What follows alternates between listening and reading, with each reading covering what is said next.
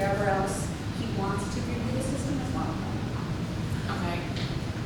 What is your billing turnaround? Say like if an EMS goes to a resident and they transport a resident to a hospital in January, what is the billing turnaround for that when that resident receives that bill? Depending on the insurance company. If the insurance company pays within, let's say 3 weeks, let's just say across the board that it's a Medicare patient. A Medicare patient, we send the bill. From that EMS, it's going to be sent out at the end of that month that it's billed out. So I bill the payment, let's just say the 15th, and we receive money on the 21st. Just exactly. At the end of the 30th, whatever the 30th is, or the 31st, the last day, business day, is when the statement will go out. Okay. I have a question about late fees.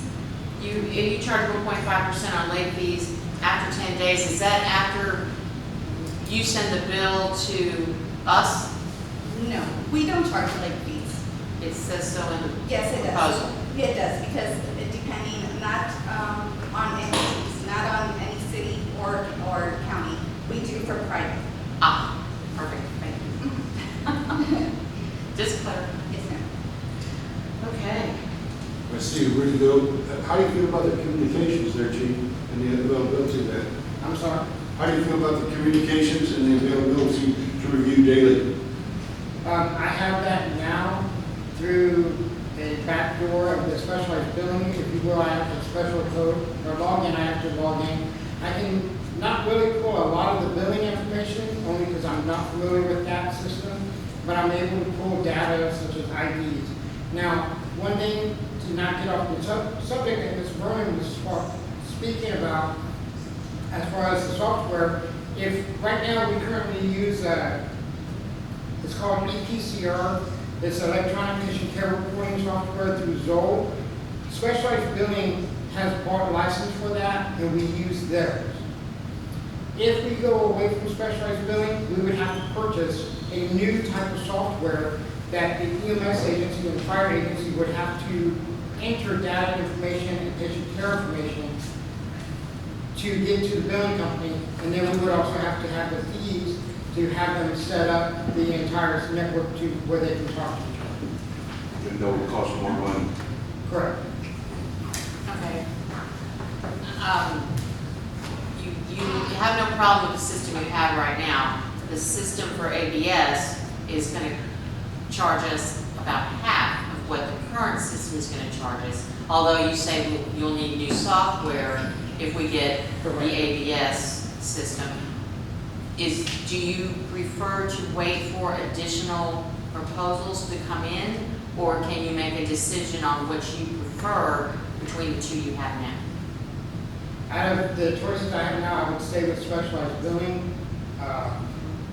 Even though, yes, it's 11% right now, excuse me, with the extra security that is embedded in their EPCR, I cannot work at another agency and be able to pull up calls from Kirby.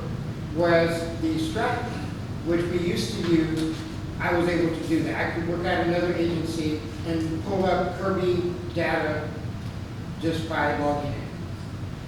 Well, with the current services that we have, Correct. their billing is absolutely horrible. Horrible. I don't have a problem with the prices that are charged, but I have a problem that I used the service in January and didn't get an invoice until yesterday, 6 months later. That's horrible. That should never happen. Yes, ma'am, I can understand that. And when the EMS came to my house, not one of them asked for insurance.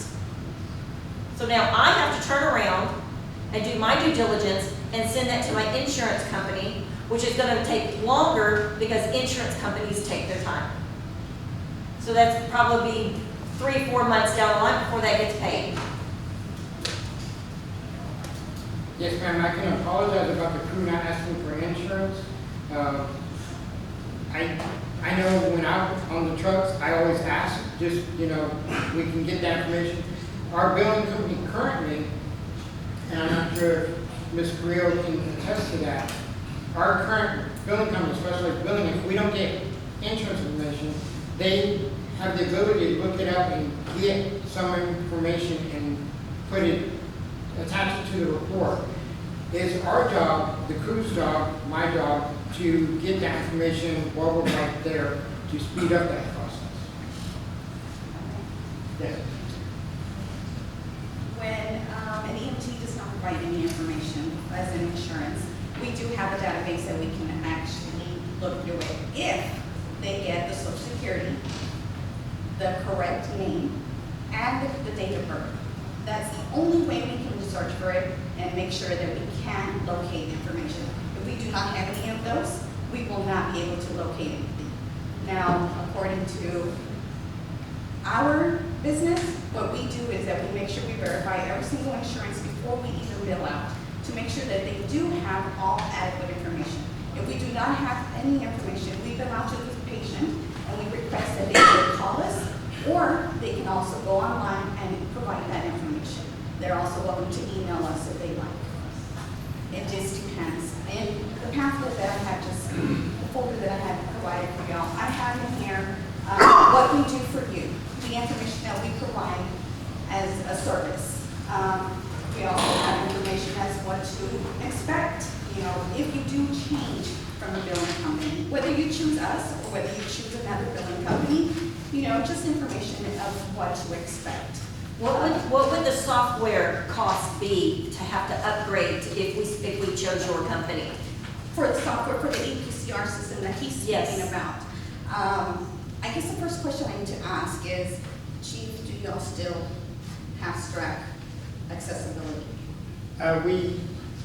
As far as I know, we do not have strike accessibility because we went directly with the same EPCR system. It was just more secure with specialized billing. Okay, because it is a ZIL data. Yeah. Okay. This is all. And the system with STRAC is a free system, is that correct? That I do not know. The last time that I did some suggestions was that we did have other entities that did have STRAC access, and they provide the service, the EPCR system, to some of the communities. I would suggest that maybe we find that out first before we go out looking for a billing system that can range depending on how many trips you do a month. So like, let's just, for an example, billable trips. Let's just say you have 100 trips and only 60 of those are billable. They're going to charge you $1 per trip with the new EPCR system. And that's what most of the systems are going. And that is a monthly due,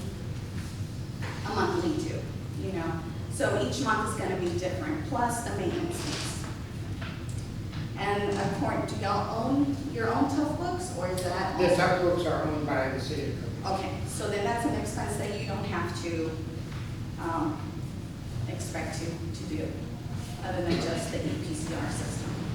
As in moving to a new EPCR system, every one of the new systems has full training, so they will come out and train every single one of the medics. If they do not have training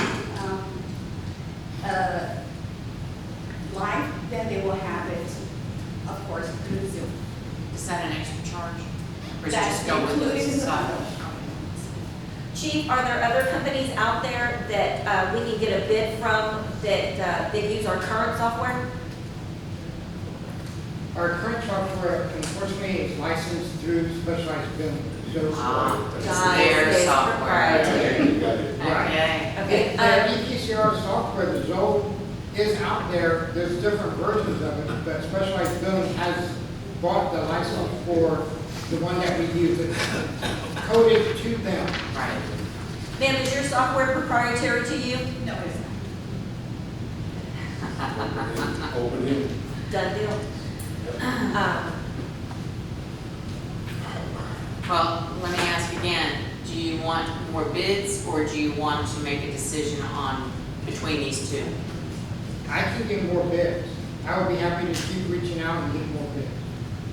I think that would be great. So we want to table this or postpone? I think we need to table it. Table this next week, we postpone this. We need, oh no, yeah, you're right. Postpone to the last meeting in July. So Chief has adequate time to acquire more bids for his system. I will entertain a motion. I move that we postpone this discussion to the last meeting in July. Second. We have a motion on the table by Councilmember Street and seconded by Councilmember Salazar to postpone 9J, the agreement for the City of Kirby EMS billing services, to be postponed to the last meeting of July. City Secretary, please call roll. Councilmember Street, Yes. Councilmember Martin, Yes. Mayor Pro Tem Grant, Yes. Councilmember Salazar, Yes. Councilmember Ryder, Yes. Mayor Aldridge. Yes. Now we will move on to 9J. Discussion and possible action on city council member packet printing and distribution.